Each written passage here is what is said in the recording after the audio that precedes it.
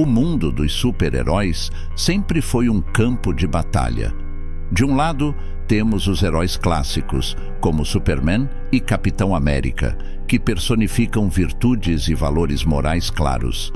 Eles são o epítome da retidão, sempre dispostos a lutar pelo que é certo, independentemente de quaisquer obstáculos. Do outro lado, emergiram os anti-heróis, como Deadpool, Wolverine e outros, que desafiam a definição tradicional de heroísmo. Para muitos, o Superman é o exemplo máximo de um herói.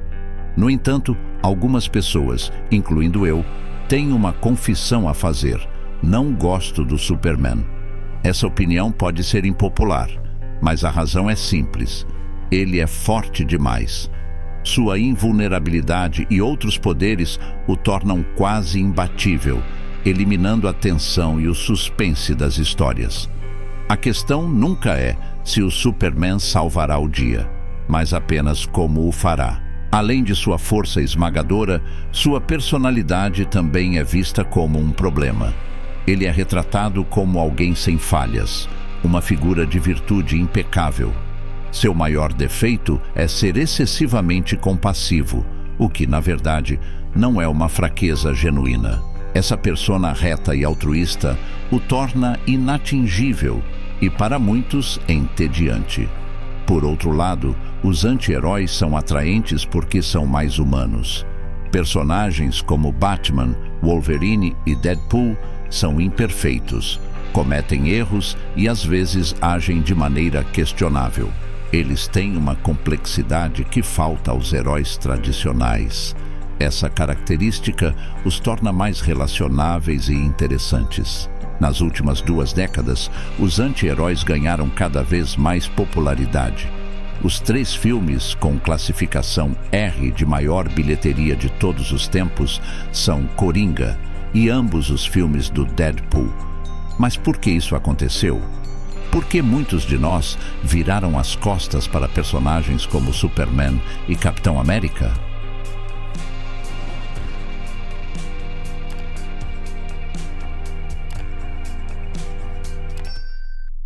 Para entender isso, precisamos primeiro definir o que exatamente é um anti-herói. No entanto, essa tarefa não é tão simples quanto parece. Todos reconhecemos um anti-herói quando o vemos. Eles são sombrios, realistas, frequentemente imprudentes e tomam decisões de vida questionáveis. No entanto, o termo em si é difícil de definir. Os anti-heróis são, em essência, uma subversão do arquétipo do herói. Eles são tudo o que um herói não é. Isso significa dar a eles características normalmente reservadas para um antagonista. Eles podem ser rudes, têm personalidades abrasivas ou se rebelam contra a autoridade. No entanto, essa descrição tem uma limitação, pois define os anti-heróis pelo que eles não são, em oposição ao que são. A complexidade aumenta, porque o que constitui um herói varia com o tempo e entre culturas.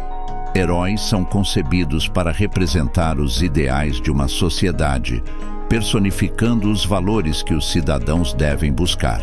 No entanto, esses ideais evoluem com o tempo, refletindo as crenças e necessidades da população. O mesmo se aplica aos anti-heróis. Os anti-heróis podem variar em sua ambiguidade moral. Alguns têm códigos éticos próprios, enquanto outros são percebidos como moralmente ambíguos pela sociedade.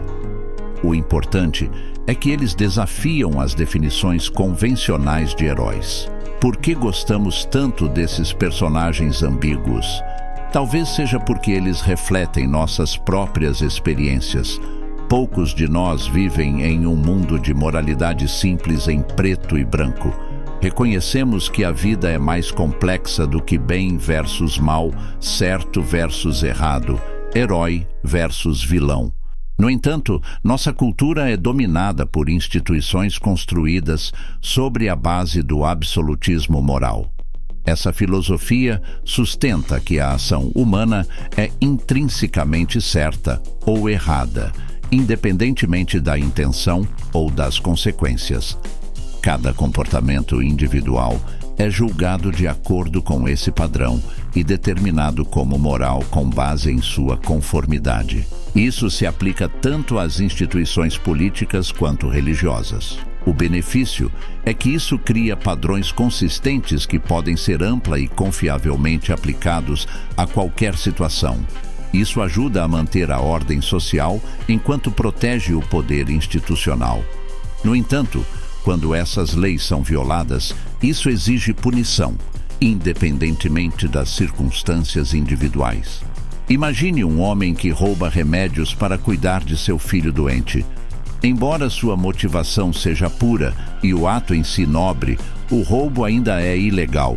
Se ele for pego, enfrentará prisão, ou pior, dependendo de quem estiver no comando.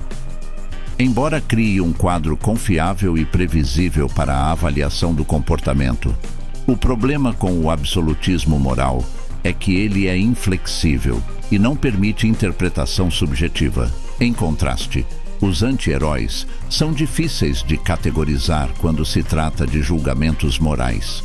Isso ocorre porque seu próprio código ético pode ser nebuloso, ou porque a sociedade tem dificuldade em conciliar seus traços pessoais com as expectativas de um herói. O resultado é que os anti-heróis estão frequentemente em oposição à cultura dominante, sendo vistos como os outsiders. Essas figuras muitas vezes enfrentam o ostracismo devido a falhas de caráter ou outras características consideradas desviantes. Não é de surpreender, então, que a maioria dos anti-heróis venha de origens marginalizadas. Eles representam um desafio ao status quo e muitas vezes lutam pelo direito de simplesmente existirem como são. Essa situação os leva a buscar uma mudança na sociedade. Enquanto os heróis tradicionais tendem a resistir à mudança, dispostos a defender violentamente normas e padrões morais, os anti-heróis, por sua existência, exigem mudanças. Eles funcionam como refutações vivas da filosofia predominante criada por autoridades institucionais. Curiosamente, essa convenção não começou com super-heróis, mas sim com cowboys. Nas décadas de 1960 e 70, surgiu um novo tipo de filme de faroeste chamado pós-faroeste, que capturou a atenção do público global.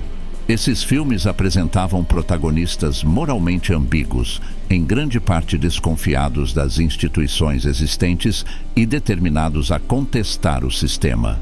Eles refletiram uma mudança cultural mais ampla nos Estados Unidos e na Europa, impulsionada pelo movimento contracultural e pelas crises globais, como a Guerra do Vietnã. Esses filmes representavam uma crítica social, apresentando personagens complexos que lutavam para encontrar seu lugar no mundo. Hoje, estamos vivendo uma época semelhante. A desconfiança em nossas instituições políticas e sociais está em alta.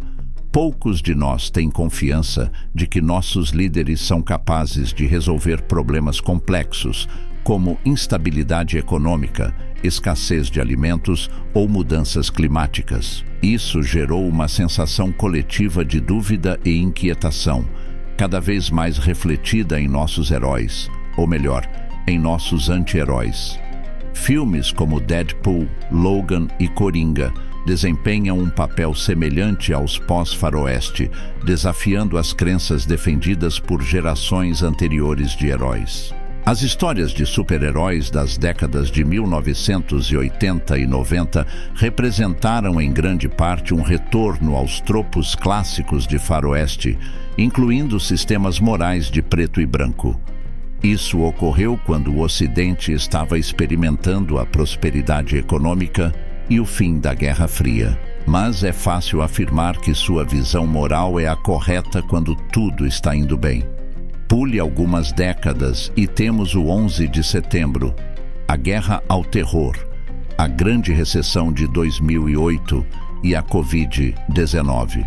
Crise após crise desafiou os ideais fundamentais que moldam nossa cultura e revelou falhas monumentais nas estruturas destinadas a orientar nossas vidas. A popularidade dos anti-heróis reflete uma mudança em nosso pensamento coletivo. Gostamos deles porque oferecem uma alternativa aos ideais éticos defendidos pelas instituições que nos falharam. Identificamos com as lutas dos anti-heróis porque também rejeitamos os valores contemporâneos e queremos vê-los substituídos por algo melhor. No entanto, isso levanta a questão: o que vem a seguir? A era do anti-herói um dia acabará, provavelmente mais cedo do que tarde, e é difícil prever o que a substituirá. Voltaremos a uma era de moralidade absolutista estrita, ou seremos capazes de inventar algo melhor e capaz de lidar com as ambiguidades da vida? Seja o que for, esperamos que venha com menos Supermans.